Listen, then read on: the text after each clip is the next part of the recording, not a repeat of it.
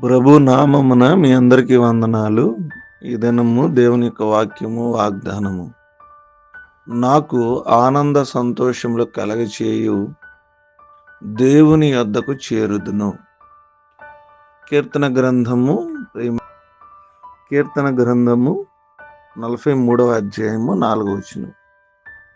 ప్రియమైన దేవుని బిడలారా, స్నేహితులారా, దేవుని యొక్క వాక్యం మనకి ఏం చెబుతుంది అంటే, దేవుడు అత్యానందకరుడని, నిజమైన సంతోషము మరియు శాంతికి మూలము ఆయనలోనే ఉందని దేవుని యొక్క వాక్యం సెలవిస్తుంది.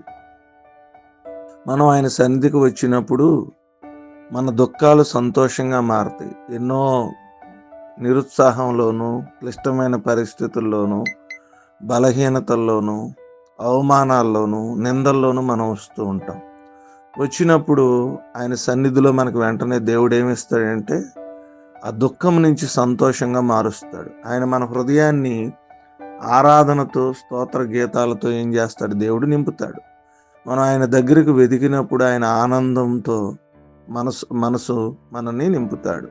మనకున్న వాగ్దానం, నువ్వు నా సన్నిధికి రాగానే నేను నీ హృదయాన్ని ఆనందంతో నింపుతానని దేవుడు తెలియచేస్తున్నాడు. ఈరోజు ఈ స్నేహితులారా, దేవుని బిడ్డలారా, ఎవరు దుఃఖంతో ఉన్నారు, ఆనందం లేకున్నారు, నిరుత్సాహంలో ఉన్నారు, ఆయన సన్నిధికి మనం వెళ్ళగానే దేవుడు మన జీవితాన్ని సంతోషంతో నడిపిస్తాడు. కాబట్టి మనం సంతోషాన్ని పొందుకుని దేవుని ఆశీర్వాదాలు పొందుకున్న కొద్ది మాటలు దేవుడు మన వెనుకల్లో ఫలించి ఆశీర్వదించునుగాక. ఆమేన్. తల్ల వంచుకుందాం, ప్రార్థన చేసుకుందాం. మహోన్నతుడా, జీవమగలిగిన దేవా, మీకు వందనాలు. మీ ఘనమైన నామాన్ని బట్టి మిమ్మల్ని స్తుతిస్తూ ఉన్నాను, ఘనపరుస్తూ ఉన్నాను.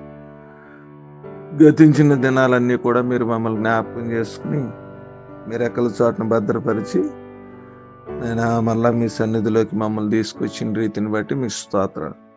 వేకుని లేచి మిమ్మల్ని ఆరాధించాను తండ్రి. నేను వేకుని లేచి మిమ్మల్ని స్తుతించే భాగ్యం ఇచ్చినందుకు మీ స్తోత్రాలు. నేను మాకు ఆనంద సంతోషములు కలగచే దేవుని యొద్దకు చేరండి అని మీరు సెలవిచ్చారు. మా జీవితంలో మరో చోట ఎక్కడ మేము ఆనందాన్ని కనుగొనలేం. నేను మాకు సంతోషం ఉండదు. మీ సన్నిధిలో చేరినప్పుడే మాకు అది కలిగింది. మా జీవితంలో మీ సన్నిధిని చేరి ప్రతిసారి మాలో ఉన్న దుఃఖాన్ని సంతోషంగా, ఆనందంగా మార్చుకుని కృప దయచేయండి. ఆయన ఈ దినాన వివాహ దినాలు, పుట్టినరోజులు జరుపుకునే బిడ్డలను జ్ఞాపకం చేసుకోండి. అనారోగ్యాలతో బాధపడుతున్న జ్ఞాపకం చేసుకోండి. ఆర్థిక సమస్యలతో ఉన్న వారిని జ్ఞాపకం చేసుకోండి. మీ చిత్తంలో ప్రతి ఒక్కరిని నడిపించి ఈ దిన దీవులతో మమ్మల్ని జ్ఞాపకం చేసుకోమని ప్రార్థన యేసు నామమున అడుగుచున్నాము తండ్రి. ఆమేన్.